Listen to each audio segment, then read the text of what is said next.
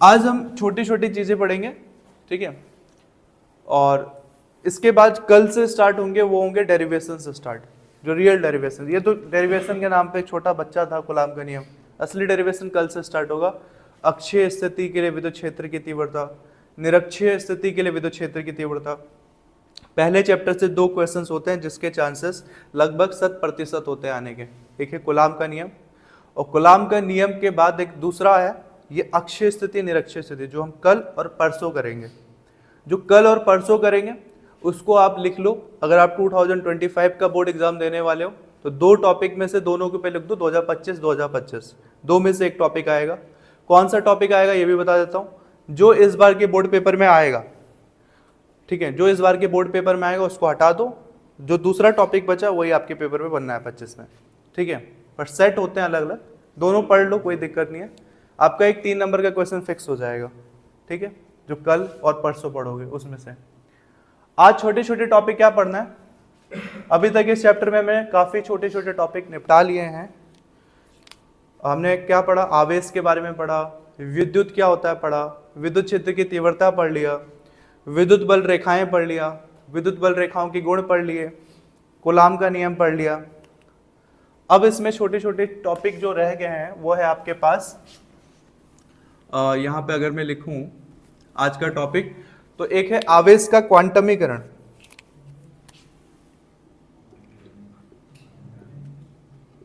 क्वांटमीकरण किसका, आवेश का। इसको कहते हैं क्वांटाइजेशन ऑफ चार्ज। तो ये एक छोटा सा परिभाषा के रूप में है, आवेश का क्वांटमीकरण क्या है। छोटे मोटे सवाल बनते हैं इसमें 1 नंबर के अक्सर। एक अगला टॉपिक आप पढ़ोगे, इनफैक्ट आवेश के क्वांटमीकरण से पहले हम पढ़ेंगे, क्योंकि अभी अभी मैंने कूलाम का नियम कंप्लीट किया है, तो कूलाम के नियम से रिलेटेड एक टॉपिक है, वो है कूलाम के नियम या कूलाम बल और गुरुत्वाकर्षण बल के बीच क्या डिफरेंस है। गुरुत्वाकर्षण बल आपने 9-10 से स्टार्ट कर दिया होगा पढ़ना, 11th में काफी डिटेल में था। कूलाम बल और गुरुत्वाकर्षण बल के बीच क्या डिफरेंस है, अंतर क्या है दोनों बलों के बीच, हमें सबसे पहले वो पढ़ना है। फिर आवेशों का क्वांटमीकरण पढ़ना है। फिर एक छोटा सा टॉपिक जिसका आंसर भी आपको पता ही होगा, आवेश संरक्षण का नियम। आवेश संरक्षण का नियम। अभी तक आपने 12th से पहले पहले बहुत सारे संरक्षण के नियम पढ़े होंगे। कौन कौन से पढ़े हैं, ऊर्जा संरक्षण का नियम, द्रव्यमान संरक्षण का नियम और संवेग संरक्षण का नियम भी था। सबका सेम ही था, ये ना ही उत्पन्न होता है, नहीं क्या होता है, नहीं से उत्पन्न किया जा सकता है, नहीं नष्ट किया जा सकता है, बल्कि एक रूप से दूसरे रूप में परिवर्तित किया जा सकता है। सेम ये भी ऐसा ही है। हाँ, संवेग का डिफरेंट था थोड़ा। तो पहले ये, फिर ये होने के बाद और क्या छोटा मोटा टॉपिक आपके सिलेबस में बच गया अच्छे निरीक्षण से पहले। हाँ, एक ये बच गया आपका, इसको कहते हैं अध्यारोपण का सिद्धांत, ठीक है, प्रिंसिपल ऑफ सुपरपोजिशन। नाम से लग रहा है कि इतनी लंबे चौड़े कोई टॉपिक होंगे, कुछ सिंपल टॉपिक है, अध्यारोपण का सिद्धांत। ये 4 चीज आपको आज पढ़नी है। इसके बाद कल से स्टार्ट हो जाएगा अक्षीय स्थिति और निरक्षीय स्थिति, ठीक है, axial and non axial point, वो सब पढ़ना। कल 2-3 दिन लगातार डेरिवेशन चलेंगे। असली फिजिक्स का स्वाद आप कल से लोगे, ठीक है। तो सबसे पहले हम पढ़ते हैं इसको, कूलाम बल और गुरुत्वाकर्षण बल को, कि फ्लो में चलेंगे हम। कोई भी कूलाम बल आपने कंप्लीट किया है तो पढ़ाएंगे तो उसको जल्दी समझ में आएगा। और इसके बाद हम पढ़ेंगे अध्यारोपण का सिद्धांत। अध्यारोपण का सिद्धांत भी कूलाम के नियम से रिलेटेड है, इसलिए इसके बाद इसको पढ़ेंगे। उसके बाद हम दोनों में से कोई भी पढ़ सकते हैं, ठीक है। तो पहले आप हेडिंग लिख दो, कूलाम बल तथा गुरुत्वाकर्षण बल में तुलना लिखना, अंतर मत लिखना, तुलना। कूलाम बल तथा गुरुत्वाकर्षण बल में तुलना।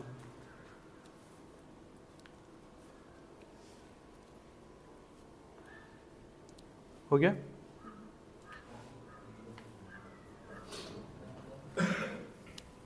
कूलाम बल तथा गुरुत्वाकर्षण बल में तुलना। अगर आपने लिख दिया है तो कूलाम बल जहां लिखा है उसके ऊपर ऐसे एरो लगा लेना है और लिख देना आल्सो उसको वैद्युत बल, क्योंकि क्वेश्चन में कभी कभी कूलाम बल लिखता है, कभी वैद्युत बल लिखता है दोनों एक ही चीज। कूलाम बल के ऊपर एरो वगैरह लगा के लिख दो वैद्युत बल, कभी कूलाम बल पूछेगा कभी वैद्युत बल, नाम चेंज कर करके पूछते हैं, सेम ही चीजें हो गया, ठीक है। कूलाम बल किन के बीच लगता है? आवेशों के बीच लगता है कूलाम बल। और गुरुत्वाकर्षण बल आपने पढ़ा होगा बचपन में कभी, दो पिंडों के बीच लगता है, ठीक है। गुरुत्वाकर्षण बल याद है क्या होता है? सबसे सिंपल सा चीज, ठीक है, नहीं डेफिनेशन नहीं, सिंपल सा क्या होता है, जब हम किसी चीज को ऊपर फेंकते हैं तो पृथ्वी क्या करती है, उसको अपनी ओर खींचती है। या फिर सिंपल सा गुरुत्वाकर्षण बल बोले तो द्रव्यमान वाली हर दो वस्तु एक दूसरे पर बल लगाती है, ठीक है। हर दो वस्तु जिसमें द्रव्यमान है वो दोनों एक दूसरे पर बल लगाएंगे, इसी बल को कहते हैं गुरुत्वाकर्षण बल। तो हमें दोनों के बीच डिफरेंस देखना है। तो पहला डिफरेंस तो है कि इनके बीच बल किस किस टाइप के लगते हैं, ज्यादा नहीं, दो डिफरेंस ही, एक नंबर का ही आएगा हो, एक या दो नंबर में, तो ज्यादा नहीं, दो या तीन ही डिफरेंस लिखना है, ठीक है।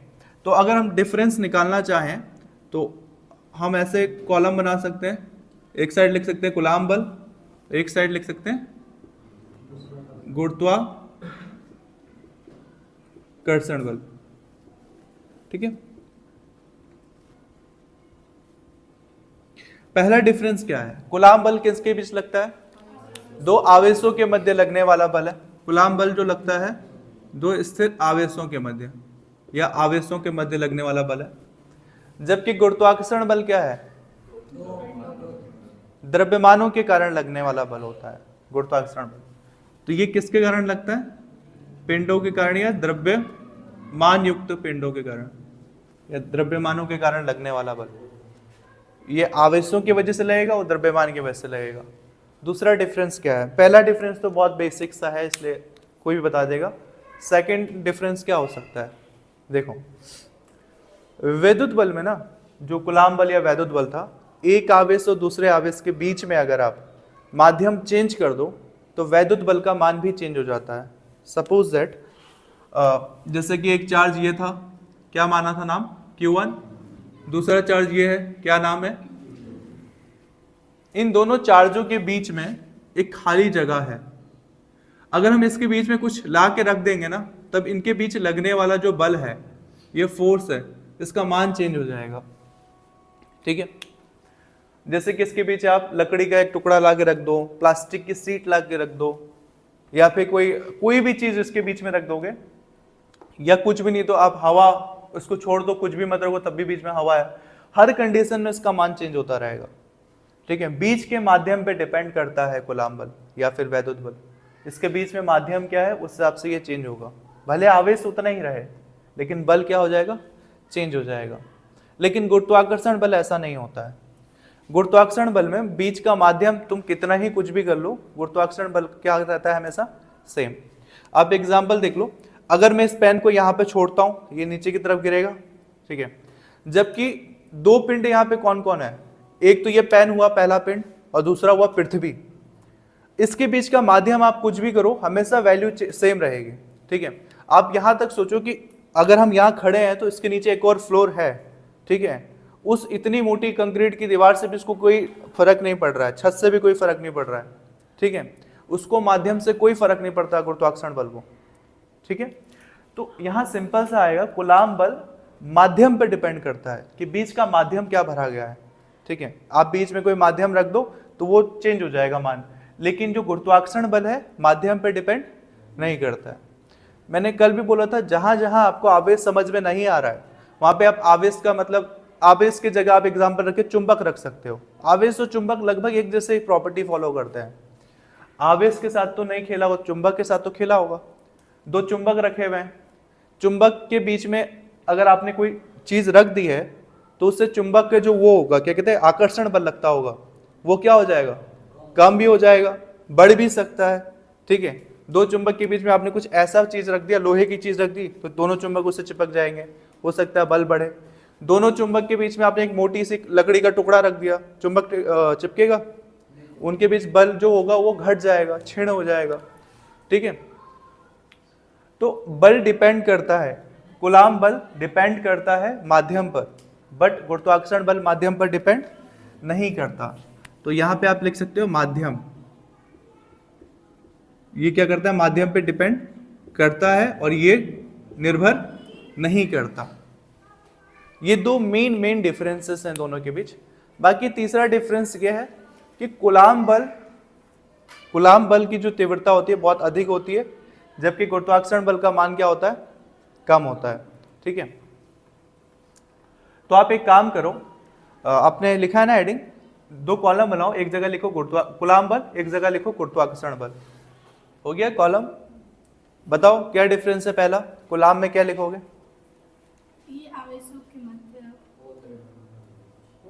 ये आवेशों के मध्य लगने वाला बल है, जबकि यह द्रव्यमान, या फिर ये कह सकते हो यह आवेशों के कारण लगने वाला बल है, जबकि द्रव्यमानों के कारण लगने वाला बल है। हो गया, ठीक है। सेकंड क्या लिखोगे? माध्यम पर निर्भर करता है। सिंपल सा क्या लिखोगे? यह माध्यम पर निर्भर करता है, और वहां पे क्या करोगे? यह माध्यम पर निर्भर नहीं करता। तो हो गया। तीसरा डिफरेंस देखो, तीसरा डिफरेंस मैंने क्या कहा था, कूलाम बल ज्यादा प्रबल होता है, ठीक है, ये ज्यादा प्रबल होता है, जबकि गुरुत्वाकर्षण बल इतना प्रबल बल नहीं है, ठीक है। तो आप लिख सकते हो तीसरे में, कूलाम में यह प्रबल होता है,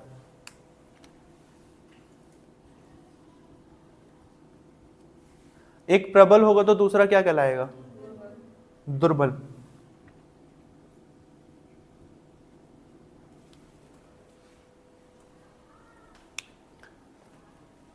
एक साइड लिखो यह प्रबल होता है, और दूसरी साइड लिखो यह दुर्बल होता है। हो गया। इसमें कोई ऐसा चीज जो रटने वाला हो कल के दिन, कॉन्सेप्ट अगर लेयर के हिसाब से चलोगे ना, एनसीईआरटी में भी इनफैक्ट बहुत सारे टॉपिक्स ऐसे हैं जो ऊपर नीचे क्रम किए हुए हैं, ठीक है। अगर आप जिस हिसाब से आपके नोट्स बन रहे हैं उस क्रम में पढ़ोगे तो आप पहली चीजें समझ चुके होंगे। कूलाम, आपने कूलाम का नियम पहले ही पढ़ लिया है, तब ये वाला टॉपिक और भी आसान लगेगा। इसके बाद अगर अध्यारोपण का सिद्धांत पढ़ोगे तो वो भी इजीली समझ जाओगे, क्योंकि सदिश स्वरूप आप पढ़ चुके हो। तो ये अगर हो गया है तो अगला हेडिंग लिखो आप, अध्यारोपण का सिद्धांत, प्रिंसिपल ऑफ सुपरपोजिशन, अध्यारोपण का सिद्धांत। ये लिख दिया हो तो इसके बीच में ऐसा तिरछी लाइन के जो स्लैश या फिर क्या कहते हैं ऑब्लिक, और स्लैश करके लिखो इसमें। आल्सो ये इस नाम से भी पूछा जाता है पेपर में, बहुल आवेशों के मध्य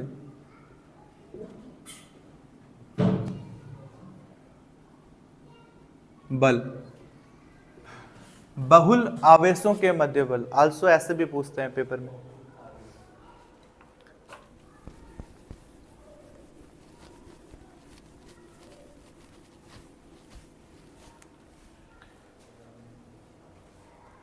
हो गया, ठीक है। बहुल मतलब क्या हो सकता है?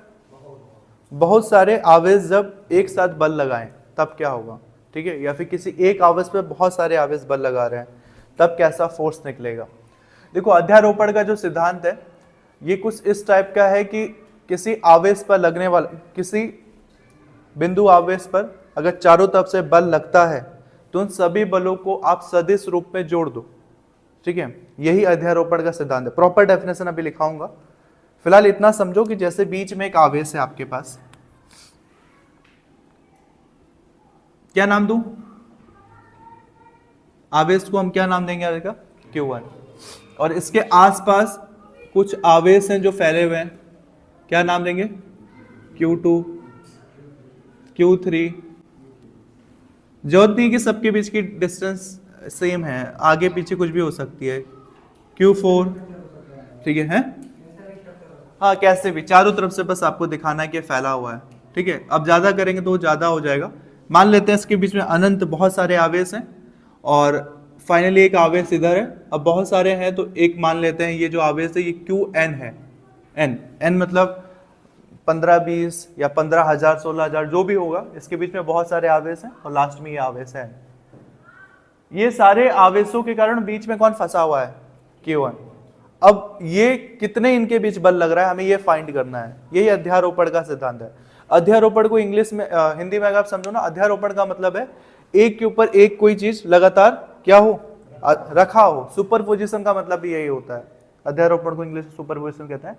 तो इसके ऊपर एक के बाद एक बल लगते चला जा रहा है, आपको इसको जोड़ देना है, बस इतना सिंपल है। जो सदिश स्वरूप आपने कूलाम के नियम का पढ़ा, आप उसको सदिश रूप में जोड़ दो।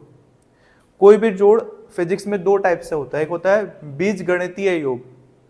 बीजगणितीय योग का मतलब है कि आप सिंपल जोड़ रहे हो, 2 3 4 तो जोड़ दो सिंपल सा। लेकिन एक होता है सदिश योग, सदिश योग में हम उसमें एकांक वेक्टर भी ऐड कर देते हैं। इनके बीच बल क्या लगेगा, आप कूलाम का नियम अच्छे से समझ चुके हो, इसका प्रूफ यहां पे मिलेगा आपको। Q1 के कारण Q2 पर बल, क्या बल लगेगा, F। अब क्योंकि वेक्टर वाला फॉर्म पढ़ रहे तो वेक्टर। अब ध्यान दो, 1 के कारण 2 पर, तो जिस पर लग रहा है कौन पहले लिखा जाएगा, 2 पहले लिखा जाएगा। और किसके कारण लग रहा है, 1 के कारण, तो ये हो गया। Q1 के कारण Q3 पर बल, तो कौन पहले लिखा जाएगा, 3 पहले लिखेंगे और 1 बाद में। फिर 1 के कारण 4 पर क्या बल लग रहा है, 4 1, 1 के कारण n पर, इसके बीच में बहुत सारे आवेश हैं। अब फाइनली यहां पे पहुंच गए, 1 के कारण n पे लग रहा है, तो कौन पहले लिखा जाएगा, और फिर 1। ये समझ गए। अब आपको पता है अगर हम वेक्टर फॉर्म में लिख रहे हैं किसी चीज को, तो परिमाण के साथ साथ हमें क्या देना पड़ता है कि यूनिट वेक्टर देना पड़ता है, जो कैप वाला आपने लिखा था कल। तो F21 है तो इसका यूनिट वेक्टर कितना हो जाएगा, r कैप। ये 21 है तो क्या होगा इसका 1 2। इधर r कैप कितना हो जाएगा 1 3। इधर r कैप कितना हो जाएगा 1 4। इधर r कैप कितना हो जाएगा 1 n। समझ गए ना आप चीजें। देखो अगर आपने कूलाम का नियम पहले नहीं पढ़ा होता, डायरेक्ट अध्यारोपण पे आते तो किसी जन्म में नहीं समझ पाते। और कल हमने जितना टाइम दिया था ये मतलब समझ गए हो अच्छे से। अब आपको नॉर्मल सा बल निकालना है कि इस पर कितना बल लग रहा है, ठीक है। तो टोटल बल आपको निकालना है, तो आप बल निकाल सकते हो। कहीं है खाली जगह, चलो इतने में हो जाएगा, क्योंकि इसके लिए थोड़ा जगह चाहिए होता है। इस पर लगने वाला बल, 1 पर लगने वाला बल सिंगल, इन सब पे कितना बल लग रहा है टोटल, ठीक है। या फिर F भी लिख सकते हैं, कोई दिक्कत नहीं है। तो ये हो जाएगा, छोटे छोटे जो बल लग रहे हैं उनको जोड़ते जाओ। पहला बल क्या है, 1 और 2 के बीच में लग रहा है, तो 2 1 प्लस 2 1 के बाद क्या है 3 1 के बाद 4 1 plus dot dot dot dot, बीच में बहुत सारे हैं, और फिर क्या आ जाएगा F N 1, ठीक है। अब ये हम लिखेंगे नीचे इस रूप में। अब इनकी वैल्यू लिखेंगे। पहले आपने अगर अध्यारोपण का सिद्धांत हेडिंग लिखा है, बल आवेशों के बीच बल लिख दिया हेडिंग, तो आप ये डायग्राम बना लो अच्छे से थोड़ा, ठीक है। चारों तरफ ऐसे नहीं कि एक एक लाइन मेरा देख देख के बना रहे हो, बस इसको चारों तरफ से फैला दो, ठीक है। जैसे अनु पूछ रहा था ना अभी कि इनके बीच भी आपस में बल लगेगा, ठीक है, लगेगा, ऑफ कोर्स लगेगा इनके बीच में बल। लेकिन यहाँ पे अध्यारोपण के सिद्धांत में पहला लाइन यही होता है, यदि किसी निकाय में बहुत सारे आवेश हों तो किसी एक आवेश पर लगने वाला बल, तो हम किसी एक को फोकस करेंगे, ठीक है। सिर्फ इस बीच वाले पे कितना बल लग रहा है, आपस में कितना बल लग रहा है हम उसको फोकस नहीं कर रहे हैं, बस बीच वाले पे कितना बल लग रहा है हम उसको फोकस कर रहे हैं। तो डेफिनेशन सिंपल सा है, आपने ये समझ लिया अगर इसमें है ही क्या, एक बल है मेन, और ये बल किसके बराबर है, जो अलग अलग आवेशों के कारण बल लग रहा है, इन सबको आपने जोड़ दिया। और किस रूप में जोड़ा है, अगर ऊपर वेक्टर का निशान दिख रहा है, तीर का निशान, तो हम किसको कहेंगे कि आपने वेक्टर के रूप में जोड़ा है, सदिश रूप में जोड़ा है, ठीक है। और आपने सदिश का निशान अगर नहीं है तब हम इसको कहते हैं कि बीजगणितीय योग है, ठीक है। बीजगणित का मतलब होता है कि आपने वेक्टर वगैरह का टेंशन नहीं है, सिंपल जोड़ दिया है आपने, लेकिन ये सदिश रूप में जोड़ा है। तो आप इसको देख के ना, ये डायग्राम देखकर और इसको देख के आप परिभाषा बना सकते हो, और जब खुद से बनाओगे तो रटने की जरूरत नहीं पड़ेगी कभी किताब का। तो यहां पर बल कैसा सिस्टम है, सिस्टम मतलब क्या होता है, जिसको हम ऑब्जर्व कर रहे हैं। या फिर सिस्टम को हिंदी में क्या कहते हैं, निकाय। इस निकाय में क्या है, बहुत सारे आवेश हैं। तो बहुत सारे आवेश वाले निकाय में किसी एक आवेश पर लगने वाला बल, ठीक है, किसी एक आवेश पर लगने वाला बल अन्य आवेशों के कारण लगने वाले बल के सदिश योग के बराबर होता है। इस आवेश पर कितना बल लग रहा है, ये डिपेंड करेगा कि इस आवेश पर अन्य आवेशों के कारण कितना बल लग रहा है, और आप उसको फिर सदिश रूप में जोड़ते चले जाओगे। हाँ, इसको आप केंद्रीय आवेश कह सकते हो, ये सेंट्रल चार्ज होगा आपका ये, क्योंकि सारा आप इसी पे फोकस वो कर रहे हो, बल निकाल रहे हो। तो आप क्या कहोगे, किसी बहुल आवेश वाले निकाय में, बहुल आवेश मतलब एक ऐसा सिस्टम में बहुत सारे आवेश हैं, किसी बहुल आवेश वाले निकाय में किसी एक आवेश पर लगने वाला बल अन्य आवेशों के कारण लगने वाले बल के सदिश योग के बराबर होता है। इनको आपने सदिश रूप में जोड़ दिया, इसी के बराबर वो बल होगा। समझ में आ रहा है? एक बार लिखो, फिर से मैं बताता हूं, या फिर से सुनो। कैसा सिस्टम है, बहुल आवेश वाला निकाय, किसी बहुल आवेश वाले निकाय में किसी एक आवेश पर लगने वाला बल प्रत्येक अन्य आवेशों के बल के सदिश योग के बराबर होता है। यही अध्यारोपण का सिद्धांत है। लिखें, लिखो जरा। डेफिनेशन समझ में आया? तोड़ तोड़ के पढ़ोगे तो आ जाएगा समझ में। बहुत सारा एक ऐसा सिस्टम है जिसमें बहुत सारे आवेश हैं। बहुल आवेश वाले निकाय में किसी एक आवेश पर लगने वाला बल अन्य आवेशों के कारण लगने वाले बल के सदिश योग के बराबर होता है। सबको जोड़ दोगे तो ये इसके बराबर होगा। अब ये फॉर्मूला कैसे निकालोगे, देखो, ये 3 नंबर का पूछता है आपसे। मैं डायग्राम मिटा दूं? डायग्राम में है ही क्या, आपको बस यूनिट वेक्टर याद रखना है। याद भी क्या रखना है, जो ये है इसका उल्टा।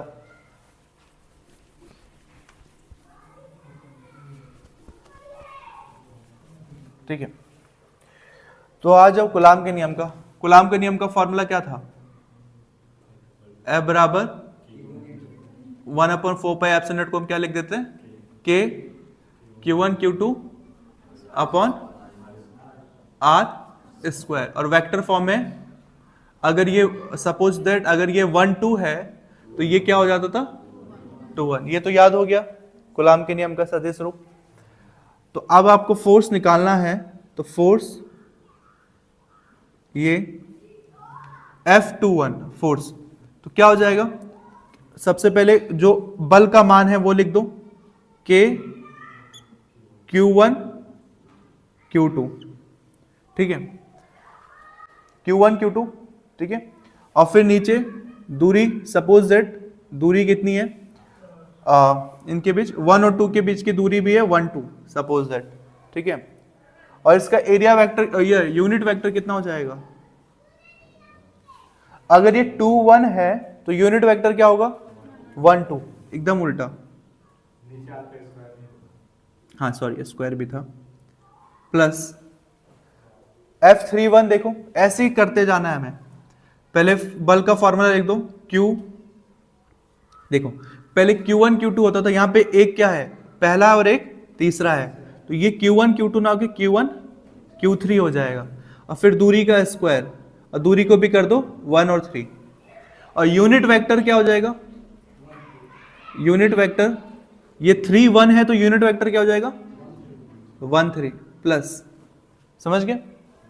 ठीक है, आप 4 के लिए भी कर सकते हो, ज्यादा लंबा हो जाएगा इसलिए मैं 4 का नहीं कर रहा हूं। आपकी कॉपी पर कर ही लो, कॉपी में अगर फिट होता है तो कर लो, नहीं तो काफी लंबा हो जाएगा। चलो 4 के भी कर लेते हैं, K Q Q अपॉन, अब देखो दो आवेश हैं 1 और 4, तो इसके लिए क्या हो जाएगा Q1 Q4, कुछ नहीं किया, Q1 Q2 Q1 Q3 Q1 Q4, क्योंकि Q1 तो बीच में था बेचारा, आसपास में 2 था 3 था 4 था, इसके बीच की दूरी को किस चीज से दिखा देंगे 1 4, और यूनिट वेक्टर क्या हो जाएगा, अगर ये 4 1 है तो यूनिट वेक्टर क्या हो जाएगा 1 4 हो जाएगा, प्लस एंड सो ऑन, आगे बढ़ते रहो।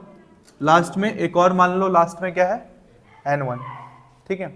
ये कितना हो जाएगा 1 अपॉन, सॉरी हम सीधा क्या ही लिख रहे हैं 1/4 पाई की जगह k, q1 q2 की जगह, q1 की जगह तो q1 है और q2 की जगह, और दूरी भी कितनी मान लेंगे हम 1n, और यूनिट वेक्टर कितना हो जाएगा, अगर ये n1 है तो वो कितना हो जाएगा 1n, ठीक है, सिंपल सा। इसमें कुछ ऐसा है कि रटने वाला है, घर पे जाके रटोगे एक एक चीज करके, ठीक है। बाकी इसमें जो कॉमन है कॉमन निकाल लो, आपका फिर वो आंसर हो जाएगा, या फिर आप चाहो तो इतने में भी छोड़ सकते हो, ठीक है। इसके बाद भी ये होता है, जैसे कि मैंने वेक्टर वाला कल किया था, r की वैल्यू चेंज करके, काफी लेंथ ही चला जाएगा, इतना मोर देन सफिशिएंट है, इतना काफी है। आप चाहो तो कॉमन क्या, K और Q1 कॉमन है। हाँ k और q1 आप कॉमन ले सकते हो, देन एक लाइन और बढ़ जाएगा, तो बढ़ा के कोई फायदा नहीं है, काफी हमने लिख चुका है वैसे भी, ठीक है। तो ये आप नोट कर लो, ये और ये तो निपट गया। अब बचा क्वांटमीकरण और आवेश संरक्षण का नियम।